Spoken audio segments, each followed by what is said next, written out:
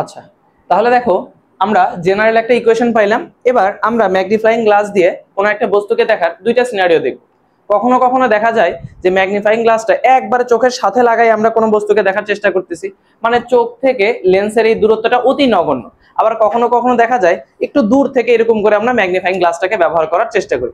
একটা হচ্ছে অনেক কাছে, আর একটা হলো এই গ্লাসটাকে অর্থাৎ এই সরল অনুবীক্ষণ যন্ত্রকে একটু দূরে নিয়ে ব্যবহার করার চেষ্টা করি। তাহলে আমরা এখন সিনারিও নাম্বার 1টা দেখি।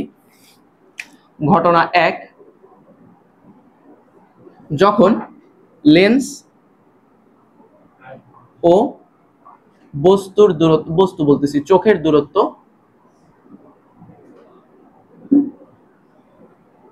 অতি নগণ্য। যখন লেন্স ও চোখের দূরত্ব অতি নগণ্য, খুব বেশি দেখা যাচ্ছে না।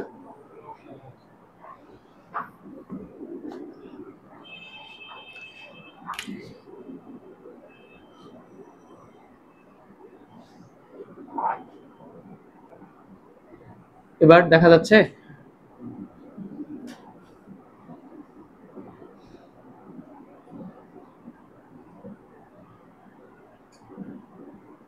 আচ্ছা, কোন বস্তুকে আমরা যখন দেখতে চাই তখন আমাদের কিন্তু দৃষ্টি সীমানার মধ্যে তার বিম্ব তৈরি হতে হয়।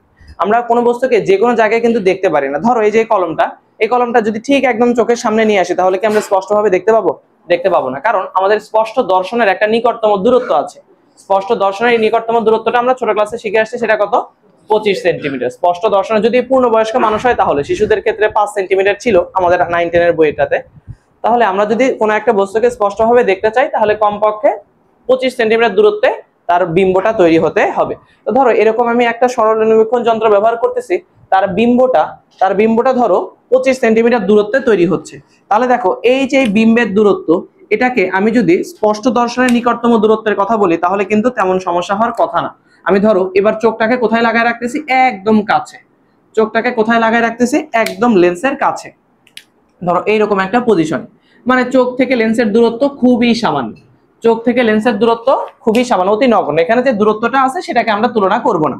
তাহলে সেক্ষেত্রে বিম্বটা যদি স্পষ্ট দর্শনের নিকটতম দূরত্বে তৈরি হয়, স্পষ্ট দর্শনের নিকটতম দূরত্বে যদি তৈরি হয়, ধরো এটা ডি এর মান হচ্ছে কত সেন্টিমিটার? 25 সেন্টিমিটার, স্বাভাবিক সুস্থ মানুষের জন্য। তাহলে যদি বিম্ব তৈরি হয় সেই ক্ষেত্রে আমাদের এই বিবর্ধনের সূত্রটা কেমন দাঁড়াবে এটা আমরা একটু দেখার চেষ্টা করব। তাহলে দেখো m ইকুয়ালস টু আমরা সূত্র পাচ্ছি 1 minus v divided by f। এখন দেখো লেন্সের ফোকাস দূরত্বের কি কোনো পরিবর্তন হচ্ছে? লেন্সের ফোকাস দূরত্বের কিন্তু কোনো পরিবর্তন হচ্ছে না। এখন মান বসানোর সময় অবশ্যই আমরা একটু বাস্তব খেয়াল করবো, এটা তো আমাদের মূল সূত্র বা জেনারেল ইকুয়েশন। এখানে কিন্তু আমি বাস্তব কোনো চিহ্নটাই ব্যবহার করিনি। এবার যখন বসাবো তখন কিন্তু অবশ্যই চিহ্নটা ব্যবহার করতে হবে। তাহলে দেখো তো এখানে বস্তু আর বিম্ব কি একই পাশে না? বস্তু আর বিম্ব একই পাশে হলে যে কোনো একটা বাস্তব হবে আর একটা হচ্ছে অবাস্তব হবে। বা অন্যভাবে যদি চিন্তা করি, প্রতিসরিত রশ্মিদ্বয় প্রকৃতপক্ষে কিন্তু মিলিত হয়নি, মিলিত হচ্ছে বলে মনে হচ্ছে। তার মানে এখানে যে বিম্বটা তুমি পাবা এটা অবশ্যই অবাস্তব বিম্ব। যদি অবাস্তব বিম্ব পাও তাহলে এই যে আমরা স্পষ্ট দর্শনের নিকটতম দূরত্বে বিম্ব পাচ্ছি বা ডি দূরত্বে বিম্ব পাচ্ছি, সেটা কি ধরনের বিম্ব হবে? অবাস্তব বিম্ব হবে। আর অবাস্তব বিম্ব হলে অবশ্যই তার চিহ্নটা কি আসবে বলতো? মাইনাস আসবে, দূরত্বটা আসবে মাইনাস। তাহলে আমাদের সূত্রটা কি দাঁড়াবে? 1 minus d divided by f. তাহলে 1 plus d divided by f. তাহলে যদি আমরা সিনারিও নাম্বার 1 মানে হচ্ছে বস্তু থেকে বিম্বের দূরত্ব খুবই ছোট হয়, বস্তু থেকে বলতেছি, লেন্স থেকে চোখের দূরত্ব যদি খুবই ছোট হয় তখন আমরা সূত্র অ্যাপ্লাই করব হচ্ছে 1 plus d divided by f. এখন সবসময় তো এরকম নাও হতে পারে। ধরো মুরব্বীরা যখন পেপার পড়ে বা ধরো কোন একটা ইনভেস্টিগেশনের সময় পুলিশরা তদন্ত করার সময় দেখবে ম্যাগনিফাইং গ্লাসটা এরকম দূরে কাছে এরকম নেওয়ার চেষ্টা করে। তার মানে চোখ থেকে ম্যাগনিফাইং গ্লাসের দূরত্বটা একদম কম না হলেও একটু বেশি হইতে পারে। ঘটনা 2 এ আমরা দেখব চোখ থেকে লেন্সের দূরত্ব সামান্য একটু আছে যখন। ঘটনা 2, যখন লেন্স হতে চোখ ধরো এ দূরত্বে আছে, তাহলে বিষয়টা কেমন? এবার আমাদের চোখটাকে আমরা কল্পনা করতেছি কোথায়? এই যে এই জায়গায়, একটু দূরত্বে ধরো। ভালো কথা, আগের বার এই যে ভি এর জায়গায় কেন ডি ব্যবহার করছিলাম সেটা কি বুঝতে পারছিলা তোমরা? স্পষ্ট দর্শনের নিকটতম দূরত্বে বিম্ব তৈরি করছিল জন্য আমরা ভি এর জায়গায় ডি ব্যবহার করতেছি। আচ্ছা, এবার আমরা চোখ কোথায় লাগাচ্ছি? একটু দূরে আমরা একটু চোখটা লাগায়ে দেখার চেষ্টা করতেছি। তাহলে দেখো এবার আমরা কি লিখছি, যখন লেন্স হতে চোখ কতটুকু দূরত্বে আছে, লেন্স হতে চোখ কতটুকু দূরত্বে আছে, এ দূরত্ব। তাহলে এখান থেকে এই চোখ পর্যন্ত এই দূরত্বটুকু কত, এ। তুমি এখনো বিম্ব কোথায় দেখতে চাও, তোমার স্পষ্ট দর্শনের নিকটতম দূরত্বেই কিন্তু বিম্ব দেখতে চাও। এর থেকে কাছে আসলে তুমি কিন্তু বস্তুর বিম্বটা দেখতে পাবা না। তার মানে এই যে স্পষ্ট দর্শনের নিকটতম দূরত্ব, এখনো তুমি এই দূরত্বটাতেই বিম্ব দেখতে চাও। এই চোখ থেকে কতটুকু দূরত্বে, ডি দূরত্বে তুমি বিম্বটা দেখতে চাও, অর্থাৎ 25 সেন্টিমিটার দূরত্বে বিম্ব দেখতে চাও। এখনো কিন্তু এই জিনিসটা তোমার দেখা উচিত, কারণ তুমি যদি স্পর্শ দর্শনের নিকটতম দূরত্বে বস্তুটাকে না রাখো, স্পষ্ট দর্শনের নিকটতম দূরত্বে যদি বস্তুকে না রাখো, তাহলে কিন্তু কি পাবা না বলতো, স্পষ্টভাবে বস্তুটাকে দেখতে, বস্তুর বিম্বটাকে দেখতে পাবা না। এখন দেখো এখান থেকে চিত্র থেকে আমরা একটা জিনিস একটু মেজারমেন্ট করার চেষ্টা করি। দেখো লেন্স ভি দূরত্বে বিম্বটাকে তৈরি করছে না, দ্বিতীয় কেসে, দ্বিতীয় সিনারিওতে লেন্স কি করছে, ভি দূরত্বে বিম্বটাকে তৈরি করছে। লেন্স থেকে বিম্বের দূরত্ব ছিল ভি, লেন্স থেকে চোখের দূরত্ব এ, আর এই দুইটা দূরত্ব মিলে দূরত্ব কি আসছে, ডি, স্পষ্ট দর্শনের নিকটতম দূরত্ব।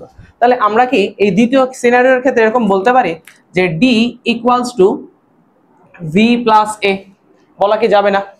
আচ্ছা, তাহলে এখান থেকে আমরা বিম্বের দূরত্ব ভি ইকুয়ালস টু কি পাই, ডি মাইনাস এ। তবে এখানে যে বিম্বটা পাবা সেটা কি বাস্তব বিম্ব নাকি অবাস্তব বিম্ব? এখানে যে বিম্বটা তৈরি হবে সেটা কি বাস্তব বিম্ব নাকি অবাস্তব বিম্ব? দেখো তো বস্তু আর বিম্ব একই পাশে প্রতিসরিত রশ্মিদ্বয় মিলিত হচ্ছে বলে মনে হয়, তাহলে এটা অবশ্যই অবাস্তব বিম্ব। আর অবাস্তব বিম্ব হলে বিম্বের দূরত্বটাকে আমরা কি ব্যবহার করব, অবশ্যই মাইনাস ব্যবহার করব। তাহলে এই ক্ষেত্রে দেখি তো আমাদের বিবর্ধনের সূত্রটা কেমন হয়।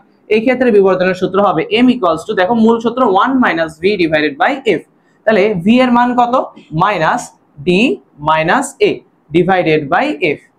ঠিক আছে, তাহলে এখন আমরা যদি একটু হিসাব নিকাশ করি কত আসবে, দেখো এই যে মাইনাস ডি হয়ে যাবে, মাইনাস মাইনাস আবার কি হয়ে যাবে, প্লাস। আচ্ছা আগে এটাকে চিন্তা করি, minus d plus a, minus d plus a, আরেকটা লাইন প্রয়োজন আমি লিখে রাখি, 1 minus d plus a divided by f. তুমি চাইলে এইরকমই রেখে দিতে পারো, কোনো সমস্যা হবে না।